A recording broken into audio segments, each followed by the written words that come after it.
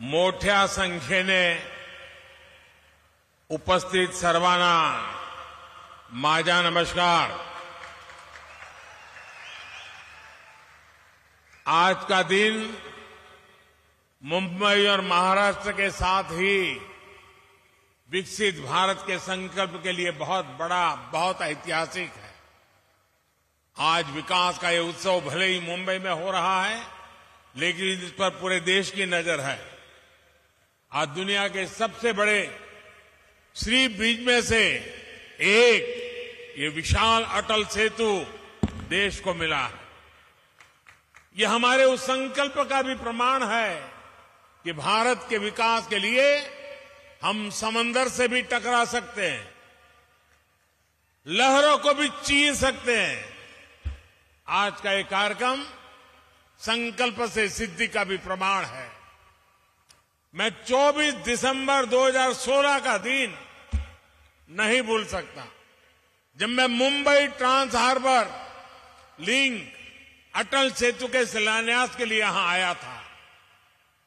तब मैंने छत्रपति शिवाजी महाराज को नमन करते हुए कहा था कि लिख कर रखिए, देश बदलेगा भी और देश बढ़ेगा भी। जिस व्यवस्था में सालों साल काम लटकाने की आदत पड़ गई थी, उससे देशवासियों को कोई उम्मीद बची नहीं थी।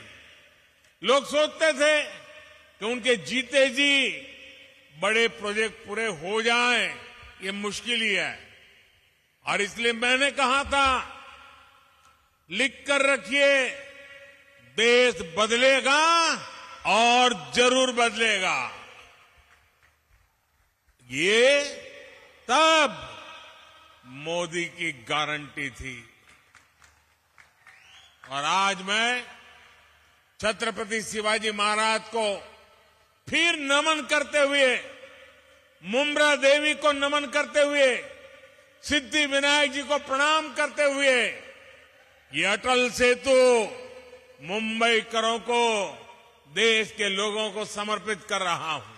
मुंबई और महाराष्ट्र के साथ ही विकसित भारत के संकल्प के लिए बहुत बड़ा, बहुत ऐतिहासिक है। आज विकास का ये उत्सव भले ही मुंबई में हो रहा है, लेकिन इस पर पूरे देश की नजर है।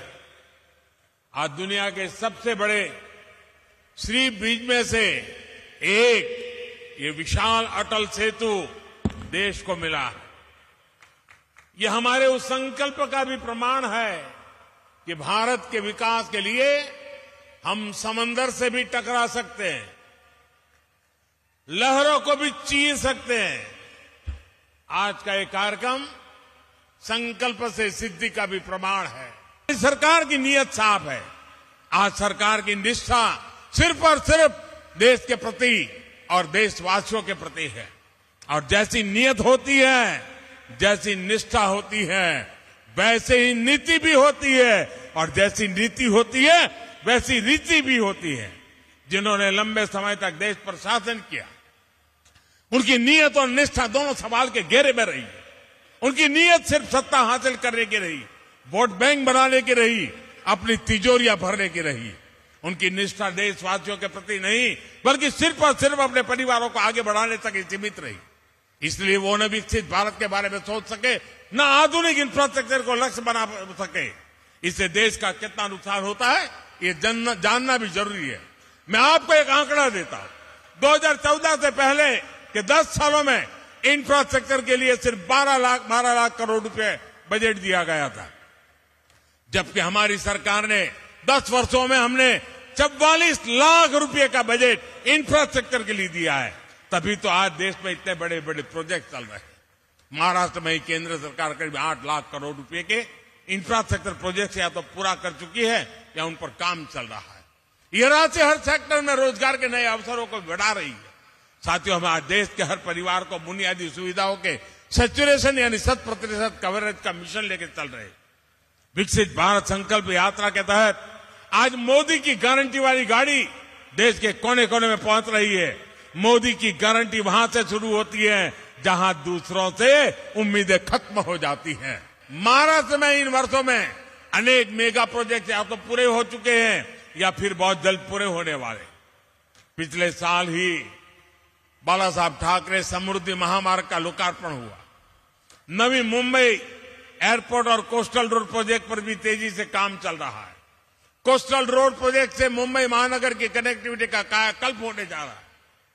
ऑरेंज गेट, ईस्टर्न फ्रीवे और मरीन ड्राइव की अंडरग्राउंड टनल कनेक्टिविटी मुंबई शहर में ईज ऑफ ट्रैवल बनाएगी।